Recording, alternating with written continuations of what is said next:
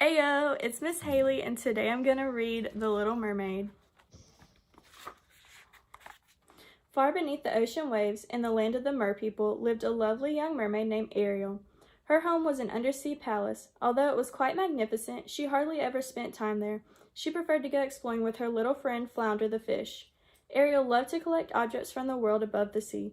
She and Flounder would swim in and out of sunken ships, picking up whatever caught the little mermaid's fancy.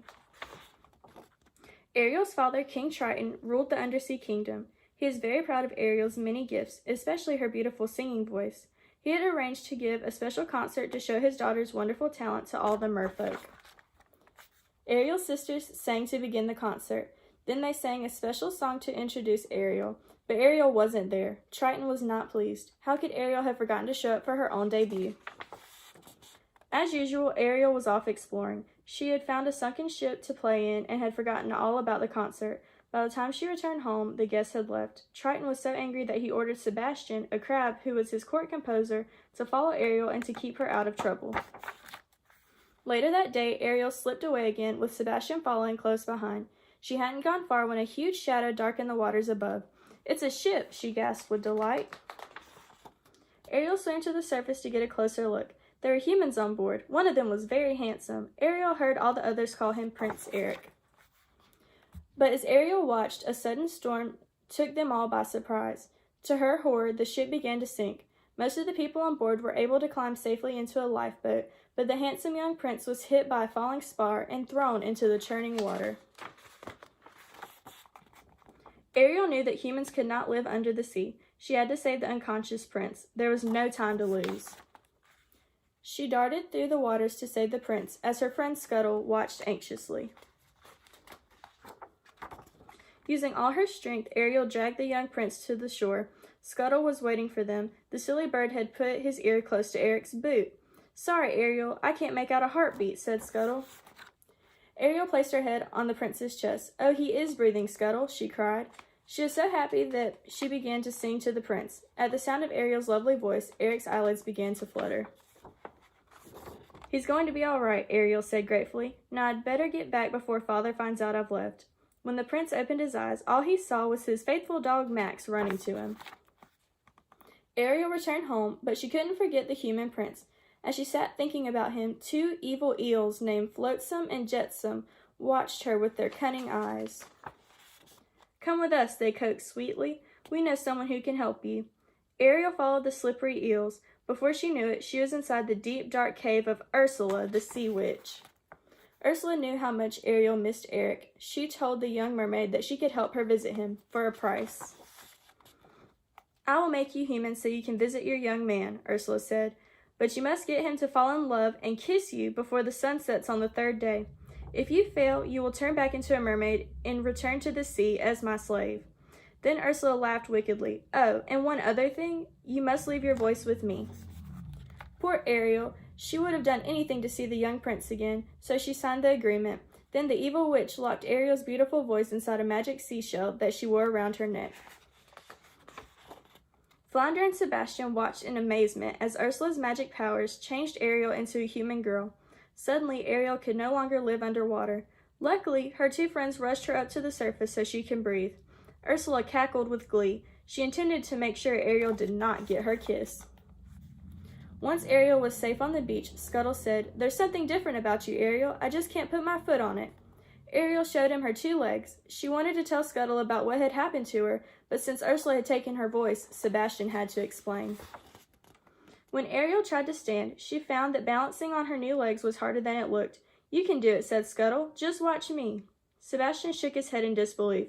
"How am I going to tell the king about this?" he wondered.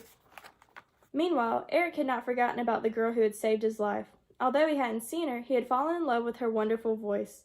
Eric would have given his entire kingdom to find her. Then, as he was walking with Max, he saw Ariel on the beach.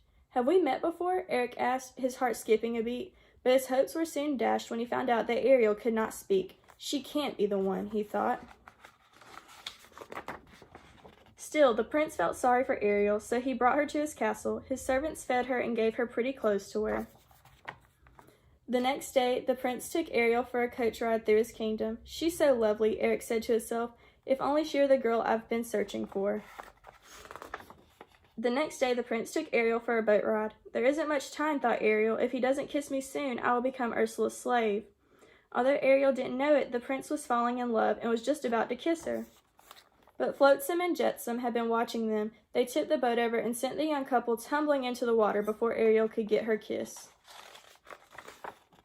Ursula had been watching the couple in her magic bubble. She decided to trick Eric so Ariel would never get her kiss. The witch transformed herself into a beautiful girl. With Ariel's voice locked inside the seashell necklace, Ursula would sound just like Eric's true love. The following day, as Ursula walked along the beach, the sound of Ariel's beautiful voice filled the air. Eric could hardly believe his ears. The girl who had saved his life had finally come back to him. Quickly, the sea witch put a spell on Eric, and he decided to marry her right away. Ursula's nasty trick had worked. She and Eric were to be married on his ship that very day. In her cabin, Ursula laughed as she looked at her true reflection in the mirror. Luckily, Scuttle saw Ursula's real reflection, too.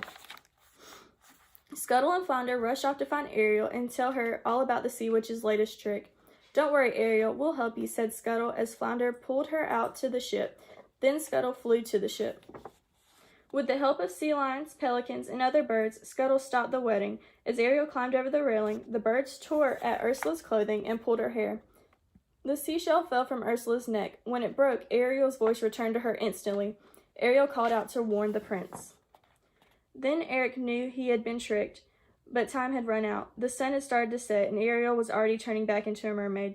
"You belong to me now," gloated Ursula, who had turned back into her mean, ugly self. She grabbed Ariel and slithered into the sea. But Eric was not about to let Ariel slip away this time. Grabbing a harpoon, he dived into the sea and hurled it at the sea witch. That made Ursula angrier than ever.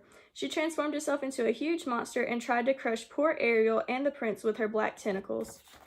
Eric clutched the little mermaid to him, trying to protect her from the witch's fury. Eric knew he had to do something, and fast. Climbing aboard a ship that Ursula's angry thrashing had raised from the bottom of the sea, he grabbed the wheel. He aimed the ship's prow at Ursula and sailed full speed ahead.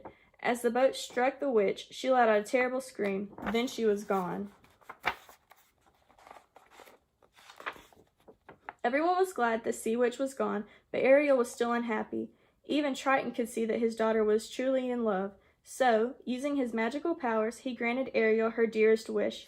He made her human again. Triton watched as Eric and Ariel walked back to the castle. "I'm going to miss her," King Triton said to Sebastian, "but I know they'll be happy."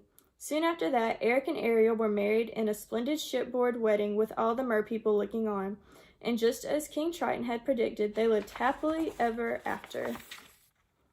And that's the end. See you guys later.